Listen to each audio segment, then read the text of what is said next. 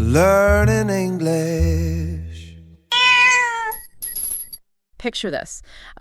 Your best friend is moving overseas, and everyone is asking you to pick the restaurant for the big farewell dinner. Oh, wow. Yeah, the pressure is completely on. Exactly. You absolutely do not want to suggest a mediocre place for such an important night. Right. Making a recommendation can be surprisingly anxiety-inducing because, well, your taste and your judgment are suddenly on the line. They really are.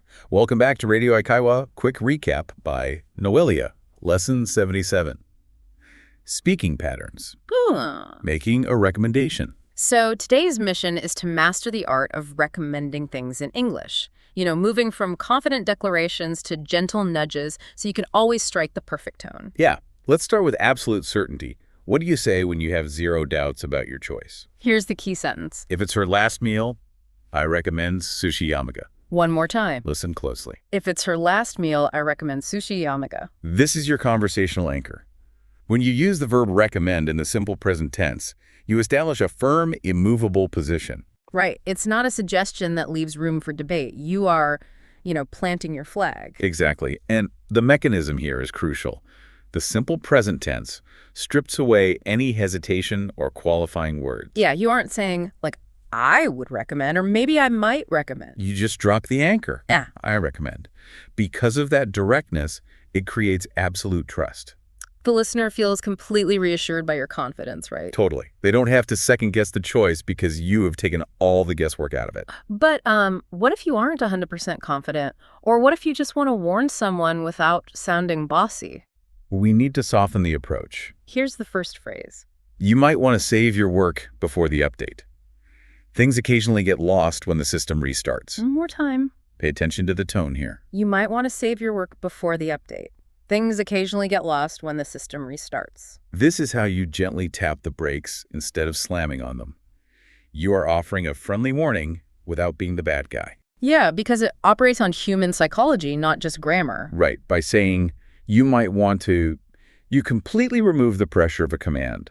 You outline a potential risk, like losing work during a restart. But you leave the final choice up to their autonomy. Which is vital, because giving advice can sometimes backfire. Oh, absolutely. If a roommate says, you might want to do the dishes, it can sound a bit passive-aggressive, right? Yeah. How do we ensure this stays helpful? Well, it comes down to tone and context.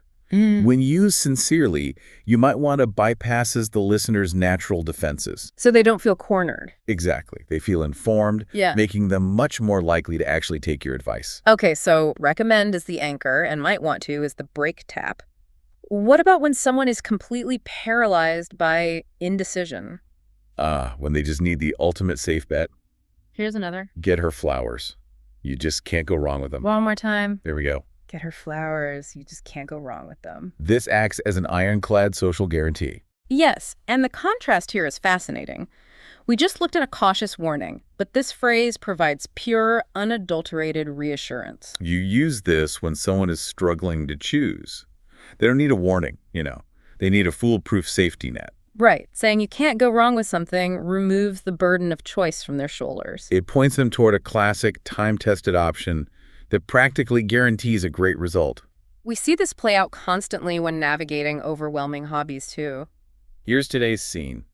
One friend is totally overwhelmed by camping gear options, and the other steps in to offer some experienced advice. Here they go. I finally want to get into camping, but the tent options are kind of overwhelming. For starters, my recommendation is the two-person tent.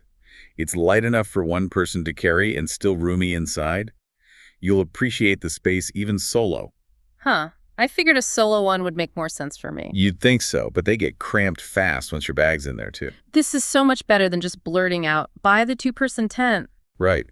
By starting with a noun phrase, my recommendation is, it sounds like you've actually done the math for them. And that structure adds a real sense of weight and consideration. Instead of a snap judgment, it implies you have weighed a sea of overwhelming options. Yeah, you've mentally sorted through the dome tents, the cabin tents, and the ultralight gear. Exactly, and you have arrived at a settled conclusion on their behalf. It elevates your advice from a casual thought to an expert ruling, which is exactly what a confused friend needs to hear. So true. Noelia has prepared 25 practical phrases for this lesson. We highly recommend diving into the pattern practice and original dialogue sections. They're the absolute best way to build those instant speaking reflexes for real-world conversations. The link is in the description.